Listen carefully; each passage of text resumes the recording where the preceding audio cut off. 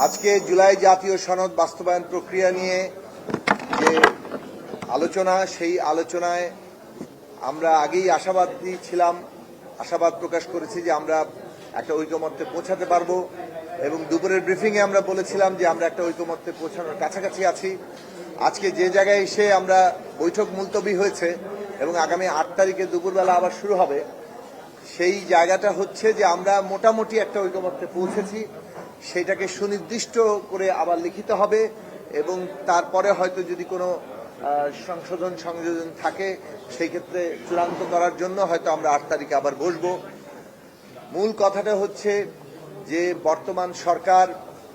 একটা অধ্যাদেশ জারি করতে পারে, যে অধ্যাদেশের মধ্য দিয়ে একদিকে যেমন জুলাই জাতীয় সনদের একটা পরবর্তী জনপ্রতিনিধিরা আইনি বাধ্যবাধকতায় থাকেন এটা বাস্তবায়নের ক্ষেত্রে, অন্যদিকে হচ্ছে একটা গণভোট, যে গণভোট এর মধ্য দিয়ে জুলাই জাতীয় সনদের পক্ষে বিপক্ষে জনগণের মতামত, জনগণ যেহেতু মানে বাংলাদেশে ক্ষমতার কেন্দ্র, সেই ক্ষেত্রে জনগণের কাছেই জুলাই জাতীয় সনদ নিয়ে যাওয়া, এটা তার পক্ষে বিপক্ষে আছে কিনা, এবং একই সাথে তারা যে সংসদ গঠিত হবে কিংবা যে আইনসভা তৈরি হবে সেই আইনসভাকে এই ক্ষমতা তারা দিচ্ছেন কিনা যে এই জুলাই জাতীয় সনদ বাস্তবায়ন তারা করবেন জন ইচ্ছার প্রতিফলন হিসাবে, জনগণের ইচ্ছার প্রকাশ হিসাবে। কাজেই দুটো জিনিস একদিকে হবে যে জনগণ রায় দিচ্ছেন জুলাই জাতীয় সনদ বাস্তবায়নের পক্ষে বিপক্ষে, অন্যদিকে একই সাথে তারা এর মধ্য দিয়ে আগামী জাতীয়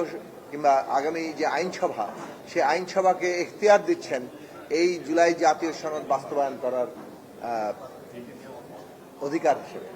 এই অধিকার এবং ক্ষমতা দেওয়ার অর্থ হচ্ছে যে জুলাই জাতীয় সনদ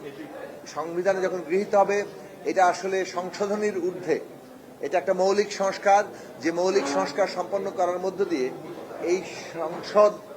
একটা তার বিশেষ যে বৈশিষ্ট্য এবং ক্ষমতা সেটা যেমন একদিকে প্রতিষ্ঠিত হচ্ছে, তেমনি এই সংস্কারকৃত সংবিধান এটা জনগণের ইচ্ছার প্রকাশ হিসেবে সামনে আসার ফলে ভবিষ্যতে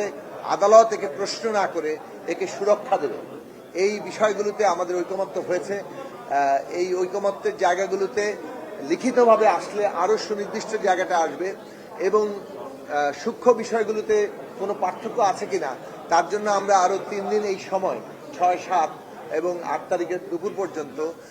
রাজনৈতিক দলগুলো নিজেদের মধ্যে পারস্পরিক আলাপ আলোচনা করবেন, যাতে করে সূক্ষ্ম বিষয়গুলোতেও একটা ঐকমত্যের জায়গা আসতে পারে।